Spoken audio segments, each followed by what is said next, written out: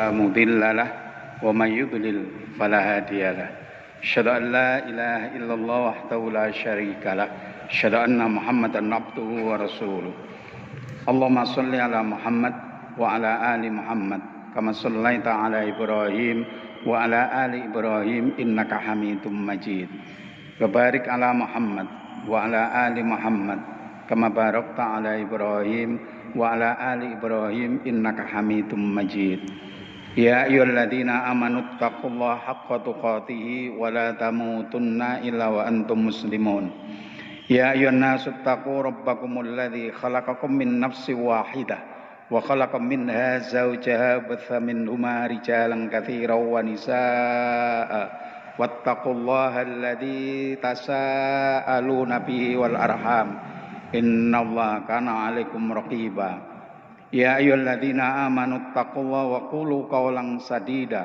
يصلح لكم أعمالكم ويغفر لكم ذنوبكم ومن يطع الله ورسوله فقد فاز فوزا عظيما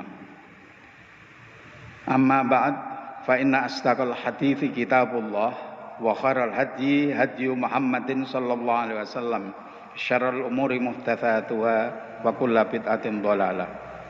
Ma'asyiral muslimin rahimakumullah, kita lanjutkan lagi kajian kita, kajian tauhid. Kita kaji kitab Madza Ba'dal Maut. Apa setelah kematian itu? Ada apa setelah kematian itu? Sampai pada bab nafsul mu'min mu'allaqatun bidainihi. Jiwa orang yang beriman itu menggantung karena hutangnya. Hadis yang berkaitan dengan itu diriwayatkan dari Abu Hurairah radhiyallahu anhu qala Rasulullah sallallahu alaihi wasallam nafsul mu'min, jiwa orang yang beriman, mu'allaqatun, tergantung bidainihi, karena hutangnya, hatta hingga yuqba anhu, hingga dilunasi. Hadis ini ditakhrij oleh Imam Ahmad dan Tirmidzi, juga terdapat di dalam Sahih Sunan At-Tirmidzi, Ibnu Majah dan lain sebagainya. Sanadnya adalah sahih. Ma'asyiral muslimin rahimakumullah, di sini jelas sekali bahwa permasalahan hutang itu adalah permasalahan besar di dalam Islam. Oleh sebab itu di dalam hadis yang lain Rasulullah SAW ketika diminta untuk mensolati jenazah, itu beliau bertanya, orang ini punya hutang apa tidak? Ketika diberitahu bahwa enggak punya hutang, maka beliau mensolati. Kemudian mayat yang kedua ditanya lagi, punya hutang apa tidak? Kemudian dijawab enggak punya hutang. Kemudian yang ketiga, beliau bertanya, punya hutang enggak ini? Punya, ada 3 dinar.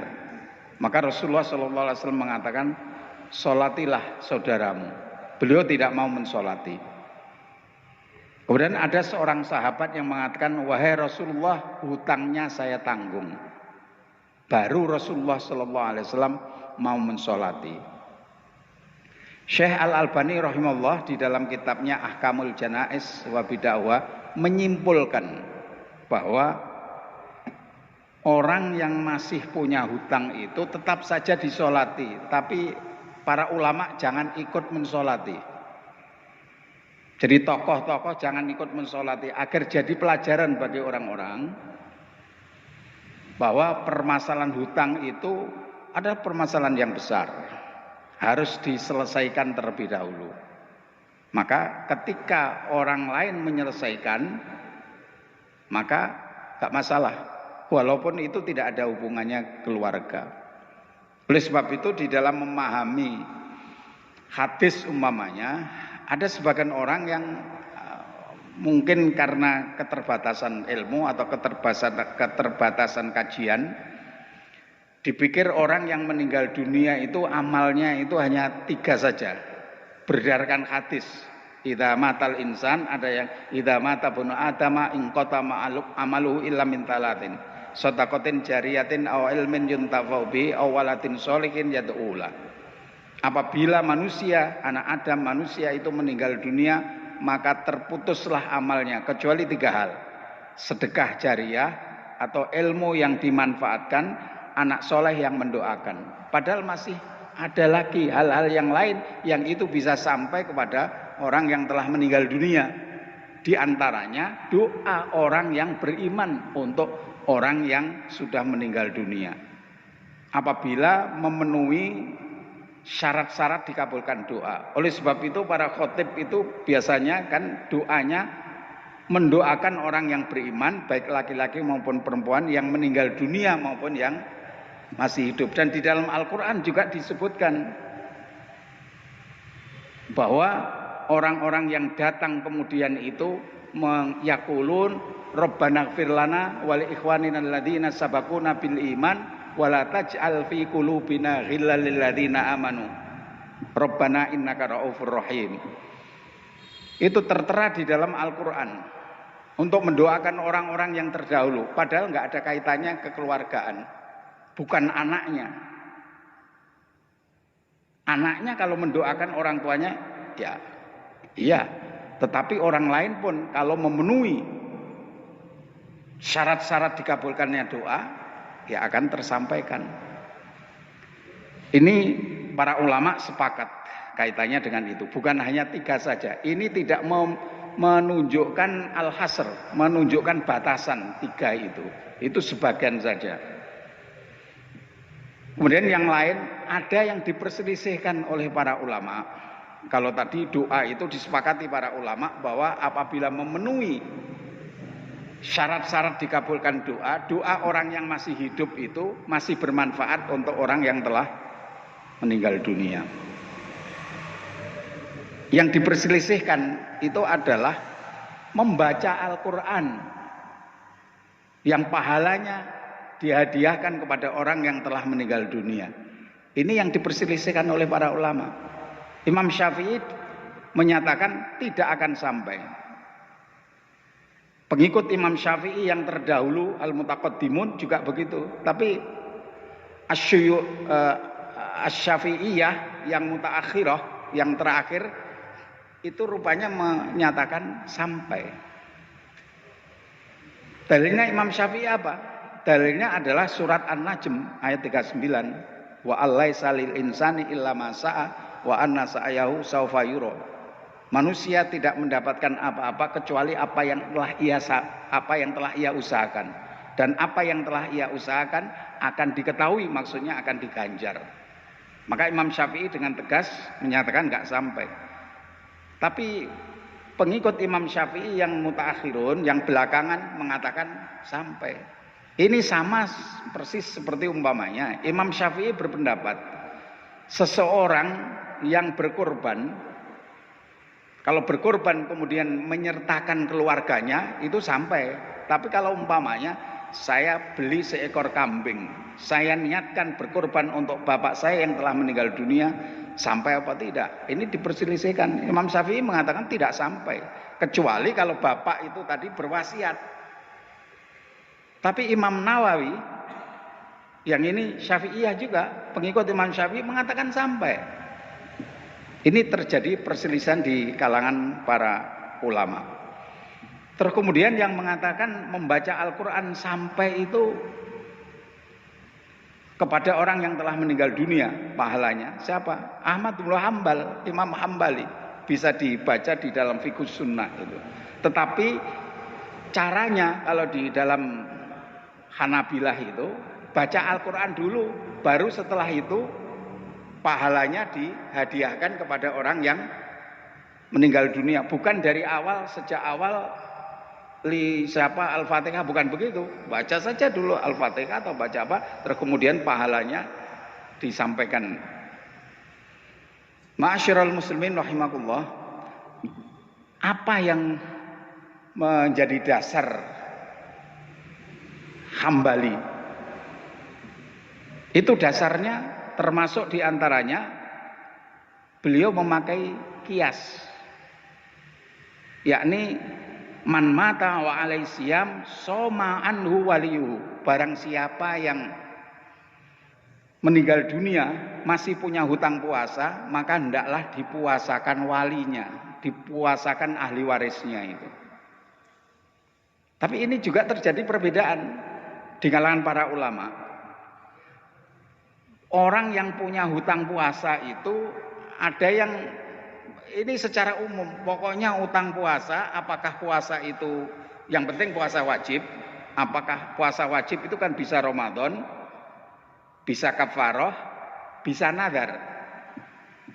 Sehingga orang yang punya hutang puasa wajib ini terus kemudian meninggal dunia berdasarkan hadis sahih itu tadi, riwayat dari Aisyah, maka dipuasakan oleh ahli warisnya dan tentu saja pahalanya sampai. Tetapi sebagian ulama termasuk diantaranya Syekh Al-Albani di dalam Ahkamul Janaiz wa Bid'ahha, beliau berpendapat lain. Pendapat Syekh Al-Albani bahwa kalau puasa nazar itu dipuasakan oleh ahli warisnya, tapi kalau puasa Ramadan hanya bayar kafaroh. Artinya seseorang yang meninggal dunia masih punya hutang puasa Ramadan, umpamanya karena sakit terus boleh tidak berpuasa, atau bepergian boleh tidak berpuasa, lalu setelah ada kesempatan untuk qadha tapi nggak diqadha-qadha, lalu dia meninggal dunia, maka dia punya hutang. Sebagian ulama mengatakan ini wajib diqadha oleh keluarganya. Syekh Al-Albani tidak, ini fidyah saja. Dasarnya apa? Di situ beliau menulis satu dasarnya adalah dari muridnya Aisyah radhiyallahu anha, namanya Amroh rahimahullah taala. Ini murid perempuannya Aisyah, bertanya kepada Aisyah, ibu saya meninggal dunia masih punya hutang puasa Ramadan, apakah saya puasakan? Tidak, tapi bayar fidyah. Kesimpulannya Syekh Al-Albani, perawi hadis itu lebih tahu tentang apa yang dia riwayatkan daripada orang lain. Aisyah yang meriwayatkan hadis dari Rasulullah SAW, padahal hadis itu berlaku umum. Ini agak kita bicara masalah usul fikih ini. Jadi dalil itu kadang-kadang keluar dalam keadaan umum, kadang-kadang keluar dalam keadaan mutlak. Mutlak itu sebetulnya ya umum, tapi umumnya terbatas. Kalau mutlak itu lawannya muqayyad. Kalau umum lawannya adalah khos. Ma'asyiral muslimin rahimakumullah, itu masih umum. Jadi barang siapa yang meninggal dunia masih punya hutang puasa, hendaklah dipuasakan oleh walinya. Soma'anhu waliyuhu. Ini umum, berarti puasa apa saja kan? Bisa Ramadan, bisa apa tadi? Nazar itu tadi. Jadi umum semuanya itu. Tapi karena Aisyah yang meriwayatkan hadis itu, yang beliau dengar dari Rasulullah SAW, ketika dimintai fatwa muridnya, beliau ternyata menyatakan tidak bayar saja fidyah. Maka Syekh Al-Albani berpendapat bahwa perawi hadis itu lebih tahu tentang apa yang dia riwayatkan dari orang lain. Nah, Aisyah saja menyatakan bahwa walaupun hadis ini dalam keadaan umum, tetapi ini maksudnya adalah puasa nadar, puasa wajib tapi nadar, bukan Ramadan. Kalau Ramadan bayar fidyah. Inilah hiruk pikuknya masalah fikih itu. Tapi kalau di dalam masalah akidah itu tidak begitu banyak hiruk pikuknya. Dan itu tidak juga mempengaruhi akidah. Satu contoh umpamanya, ada juga dalam masalah akidah itu terjadi perbedaan pendapat di kalangan para ulama. Tapi ini adalah masalah-masalah kecil, umpamanya, bisakah orang yang meninggal dunia itu mendengarkan orang yang masih hidup? Ini ada dua pendapat para ulama. Sebagian mengatakan tidak bisa, karena di dalam surat Ar-Rum ayat 52, a'udzubillahi minasyaitonirrajim, fa innaka la tusmi'ul mauta wa la tusmi'us summad du'a idza wallau mudbirin. maka sesungguhnya engkau tidak akan bisa membuat orang yang meninggal dunia itu mendengar. Ini dalilnya dalam Al-Quran dan seterusnya itu tadi. Maka sebagian ulama berpendapat tidak bisa. Tapi sebagian lain menyatakan bisa. Karena berdasarkan hadis ini. Jadi orang-orang kafir itu pernah di dalam suatu peperangan, di dalam perang Badar, perang dimasukkan jenazahnya itu dikubur di dalam al-qalib. Qalib itu artinya sumur yang sudah sumur lawas nggak terpakai, dimasukkan ke situ. Hadisnya bunyinya begini, An Ibnu Umar radhiyallahu anhuma qol ittala an Nabi sallallahu alaihi wasallam ala ahlil qalib. Rasulullah sallallahu alaihi wasallam nampak berada di sumur yang dipakai untuk mengubur jenazahnya orang-orang kafir itu.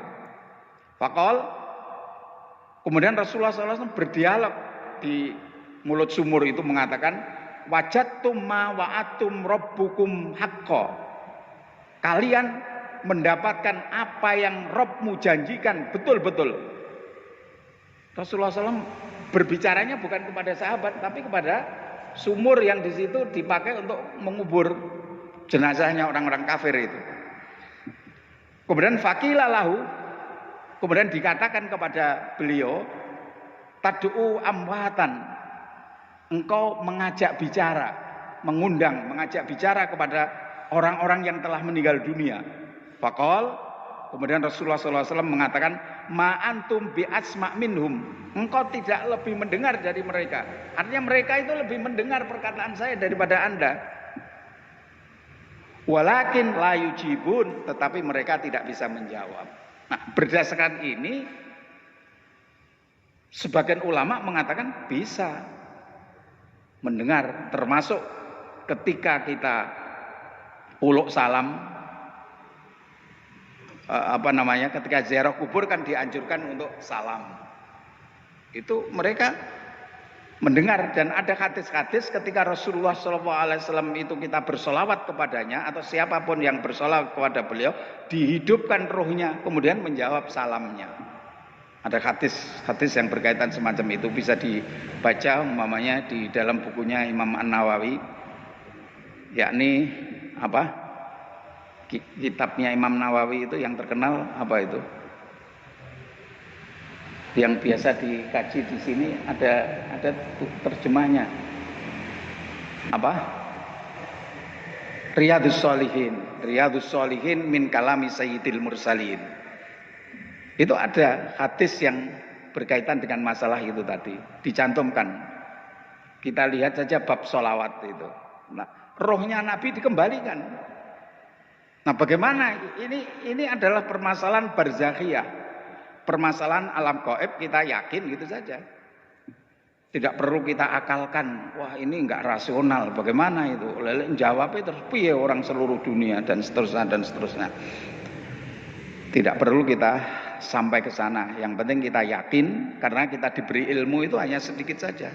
Tidak akan mampu untuk mencakup seluruh ilmu yang ada di dalam hadis maupun yang berkaitan dengan masalah-masalah keimanan itu. Kita percaya. Ini hadis ini tadi ditakhrij oleh Al-Bukhari dan oleh Muslim. Hadis ini kan menunjukkan, dengar. Quran mengatakan tidak bisa kamu. Lah ini terjadi perselisihan. Ini masalah masalah keimanan. Tidak begitu banyak. Tetapi yang banyak itu adalah masalah fikih. Apa saja yang masih bermanfaat untuk orang yang telah meninggal dunia. Termasuk diantaranya Syekh Al-Albani rahimahullah di dalam kitabnya Ahkamul Janaiz wa Bid'ah ma yantafi'u bil mayyit, hal-hal yang bisa bermanfaat untuk orang yang telah meninggal dunia dari amal orang yang masih hidup, itu adalah amal anak-anak soleh. Jadi kita sekarang ini menurut Syekh Al-Albani, kita sekarang ngaji dapat pahala. Otomatis orang tua kita apabila muslim meninggal apa masih hidup maupun kalau meninggal, toh meninggalnya tidak dalam keadaan menyekutukan Allah, pokoknya ahli tauhid mereka itu, maka otomatis pahalanya itu mengalir. Mengalir kepada siapa? Kepada kedua orang tua kita. Ketika melakukan sholat wajib dapat pahala, orang tua kita juga dapat pahala. Dasarnya apa?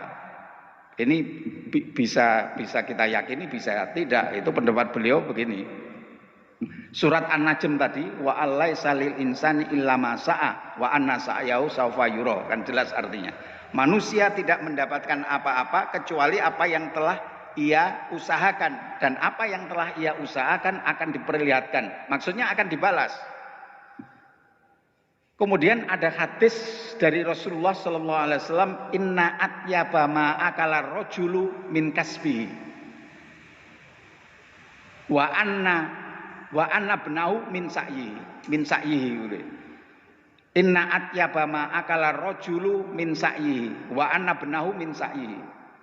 Inna min atyabi, sesungguhnya sebagian dari sebagus-bagus makanan yang dikonsumsi oleh seseorang itu adalah makanan yang diusahakan dari tangannya, usahanya, bukan meminta-minta, tapi usahanya itu adalah makanan yang paling bagus dikonsumsi, dan anak itu adalah hasil usaha orang tuanya.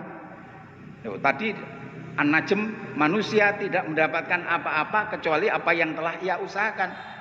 Terus hadis menyatakan anak itu adalah usaha orang tuanya, maka otomatis menurut beliau.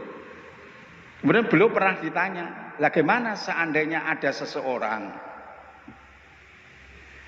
belum pernah melakukan haji, terus anaknya haji, itu nanti di akhirat gimana?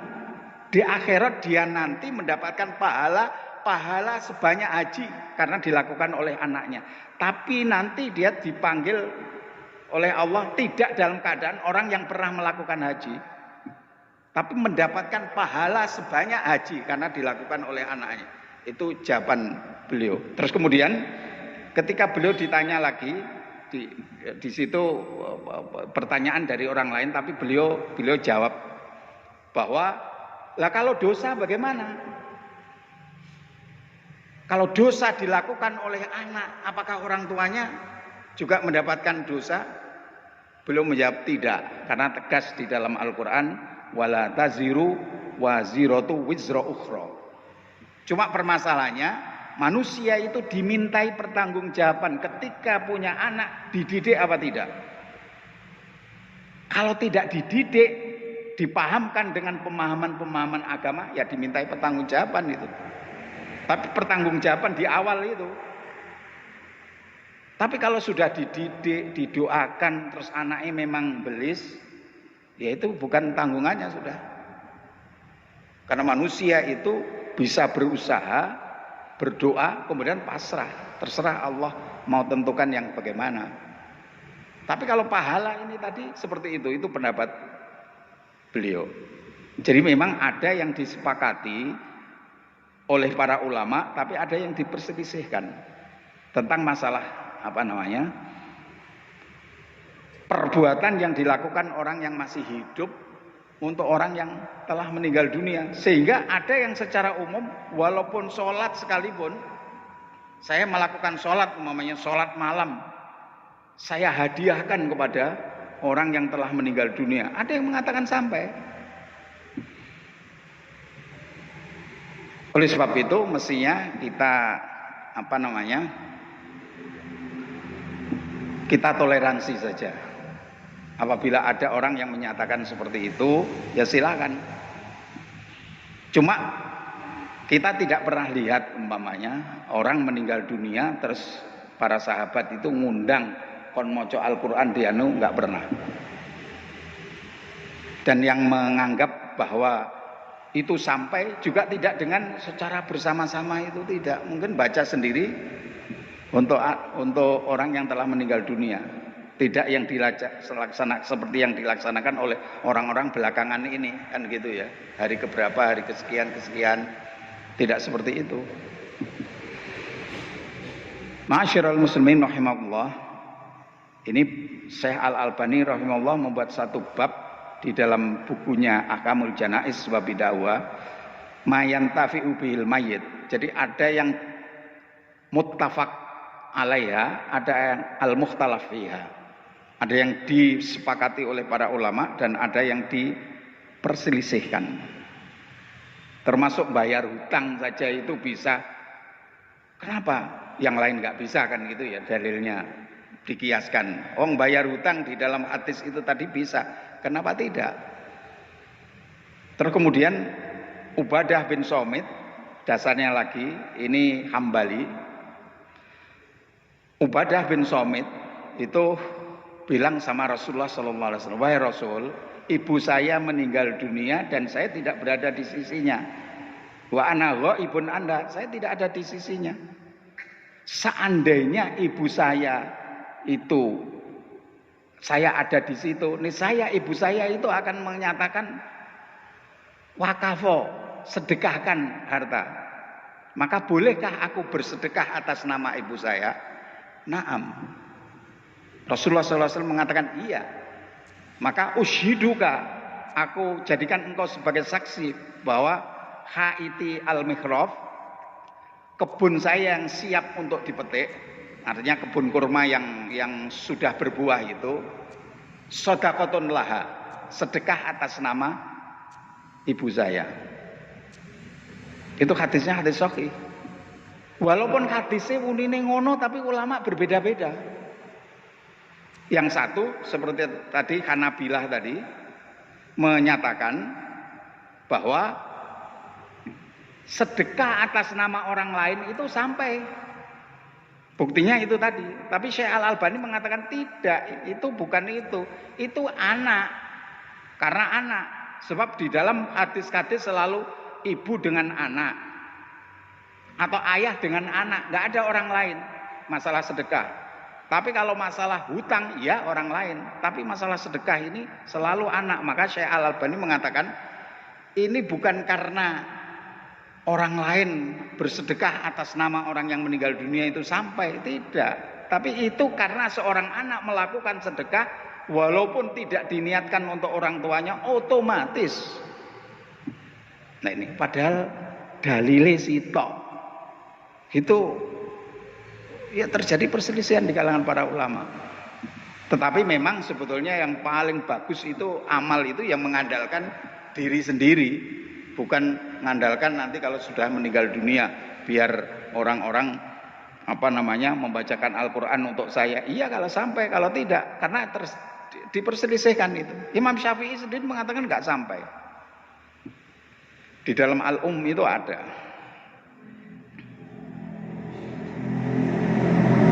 Termasuk Imam Syafi'i juga berpendapat menghajikan seseorang itu nggak bisa kecuali kalau berwasiat, bapaknya berwasiat. Nah ini terjadi perselisihan memang. Ma'asyiral muslimin rahimakumullah, itu sedikit karena ada tadi nafsul mukmin mu'allaqatun bidainin. Bidainihi hatta yuqda anhu. Jadi jiwa seorang mukmin itu masih tergantung karena hutangnya, hingga hutangnya itu disaur. Bahkan di dalam hadis yang lain juga disebutkan orang yang mati syahid saja mestinya kan masuk surga tanpa hisab. Tapi kalau dia masih punya hutang masih dihisab dia. Maka hutang itu adalah permasalahan yang besar. Hati-hati ini. Jangan sing penting aku hutang wakeh engko meninggal selesai. Gak bisa seperti itu. Jangan sampai seperti itu. Itu ngeboti itu.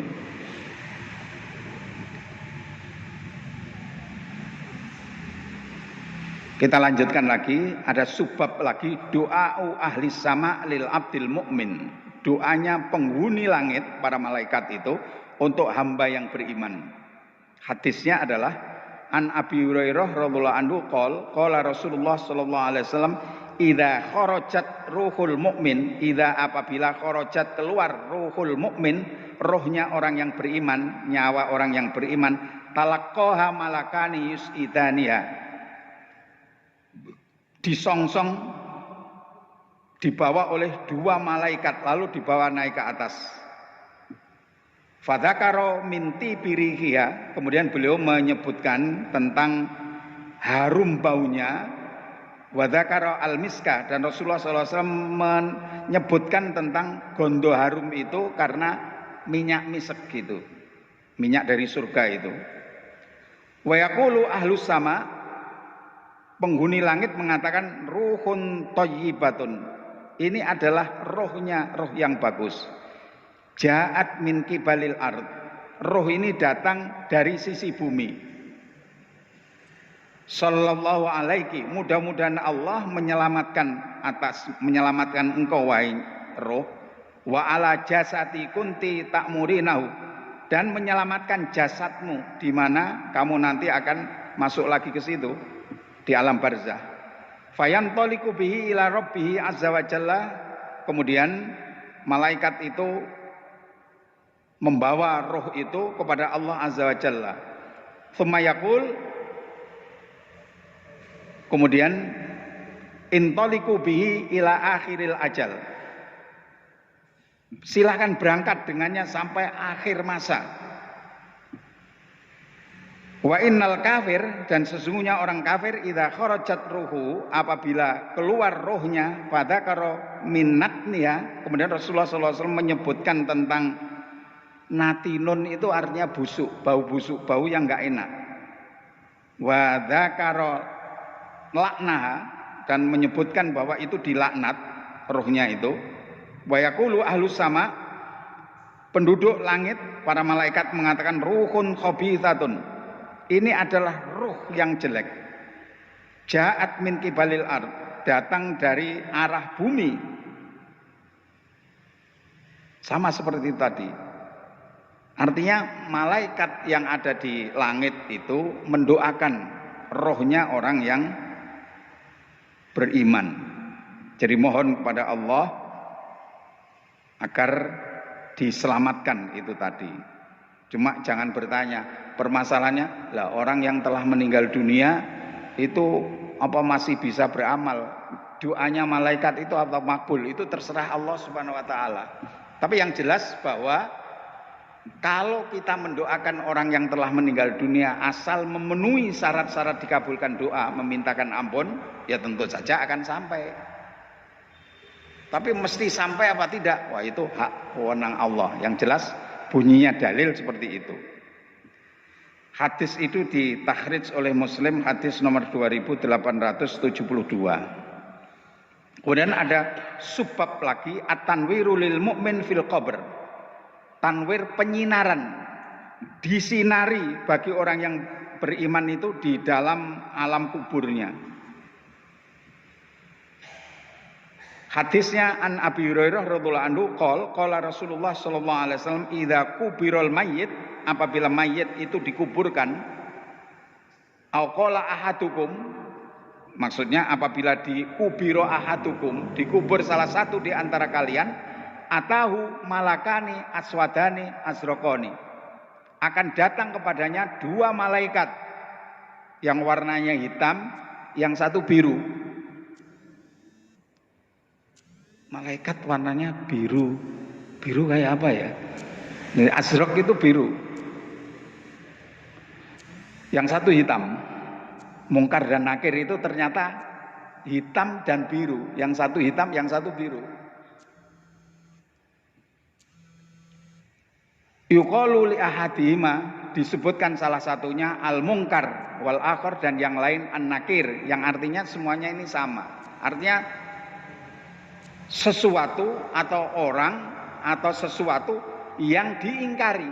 Diingkari itu artinya tidak disuka. Karena apa? Ngetes terus dia itu. Siapa yang suka dites? Diuji kan begitu ya. Maka diingkari, maka disebut mungkar. Nakir, artinya sama, keduanya diingkari. Warnanya hitam, yang satu biru.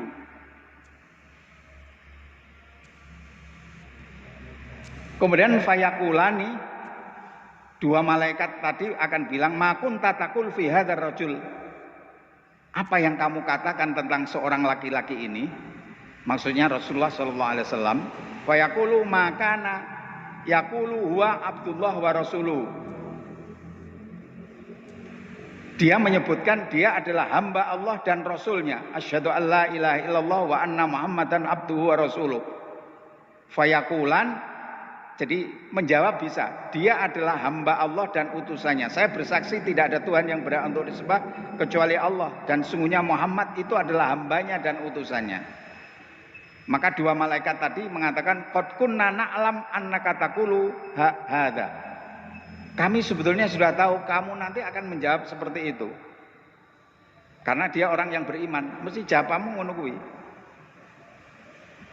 Wis takpal gitu lho, cara wis takpal pancen iso awakmu. Ini malaikat ndangu bertanya kepada orang yang beriman. Maka jawabannya dia adalah hamba Allah dan utusannya. Oleh sebab itu kita hendaklah memposisikan Rasulullah SAW itu secara proporsional. Beliau itu adalah hamba. Karena hamba tidak boleh kita minta-minta. Jangan, ya Rasulullah bimbinglah aku, berilah aku syafaat pada hari kiamat. Gak boleh, itu syirik itu. Minta kepada Allah Subhanahu wa taala, jangan kepada Rasulullah sallallahu alaihi wasallam. Tapi ketika beliau masih hidup, bisa, ya Rasulullah doakan, ini lama enggak turun hujan, mohon untuk didoakan. Sebagaimana Umar bin Khattab lakukan itu. Tapi ketika beliau sudah meninggal dunia, tidak datang ke kuburan Nabi, tapi datang ke Abbas, paman beliau yang masih hidup, ketika lama tidak turun hujan. Pada saat Rasulullah SAW masih hidup dulu, saya berwasilah kepada beliau agar mohon kepada Allah diturunkan hujan, lalu turun hujan. Nah sekarang saya berwasilah kepadamu, lalu paman beliau, siapa tadi? Abbas radhiyallahu anhu, itu berdoa kepada Allah lalu turun hujan. Ya, jadi bertawassul doa kepada orang yang masih hidup itu boleh. Caranya ya itu tadi, bukan dengan cara umpamanya si A, ya Allah melalui perantaraan si A ini, karena ini dianggap wali, dia masih hidup, maka turunkanlah hujan. Tidak, tapi datang kepada seseorang itu tadi, mohon orang itu untuk berdoa kepada Allah. Itu cara tawasulnya. Karena tawasul itu ada yang masyru', ada yang ghairu masyru'. Ada yang disyariatkan, ada yang tidak disyariatkan. Tidak dengan orang yang meninggal dunia. Karena beliau itu adalah hamba, ya tak akan sama hamba seperti kita. Hanya bedanya beliau adalah Rasul, utusan Allah. Maka tetap kita hormati. Tapi tidak sampai melampaui kedudukannya. Lalu kita minta-minta. Gak bisa. Karena dia adalah hamba Allah. Walaupun hamba tapi utusannya, maka kita pas secara proporsional mendudukkan beliau. Beliau tidak kita remehkan, tapi beliau juga tidak kita kultuskan. Kadang-kadang orang salah, mosok njaluk nyangoni Rasulullah gak oleh. Padahal Rasulullah sallallahu alaihi wasallam itu kan kekasih Allah. Saya pernah terjadi dialog dengan pengamal Wahidiyah itu, tapi tidak perlu saya sebutkan orangnya, tetapi akademisi orangnya, dosen. Dia mengatakan begini, saya katakan, loh Pak, ini apa enggak syirik ini? Apa doa-doa ya Sayyidi, raihlah tanganku, bimbinglah aku kepada Rasulullah SAW. Rasulullah SAW kan diberi hak untuk memberikan syafaat. Maka kita minta boleh. Terus saya katakan, ayat kursi mang dalladzi yashfa'u indau illa bi'idznih. Ya enggak bisa ya. Rasulullah SAW enggak bisa kecuali atas izinnya. Kalau diizinkan ya bisa, bukan beliau saja, orang-orang yang beriman juga bisa. Maka mintanya harus kepada Allah, jangan kepada beliau. Terus dia ngomongnya begini akhirnya, ya inilah bedanya saya dengan Pak Amam. Pokoknya selesai, saya berbeda. Kalau saya boleh langsung minta kepada Rasulullah, Kalau saya katakan syirik itu. Minta syafaat kepada Rasul itu loh. Kalau dia ini bedanya saya dengan Pak Amam. Ya sudah. Swarga neraka tanggung dewe-dewe. Kita sudah sampaikan dalilnya kan. Enggak mau ya sudah. Saya juga tidak terus lantas pewegel itu enggak juga itu. Sudah disampaikan dalil, enggak mau ya sudah. Ma'asyiral muslimin rahimakumullah. Ini sudah bisa ya. Saya rasa ini kita lanjutkan yang akan datang insyaallah. Wallahu ta'ala alam bisawab. Subhanakallahumma wa bihamdika asyhadu an la ilaha illa anta astaghfiruka wa atubu ilaik. Assalamualaikum warahmatullahi wabarakatuh.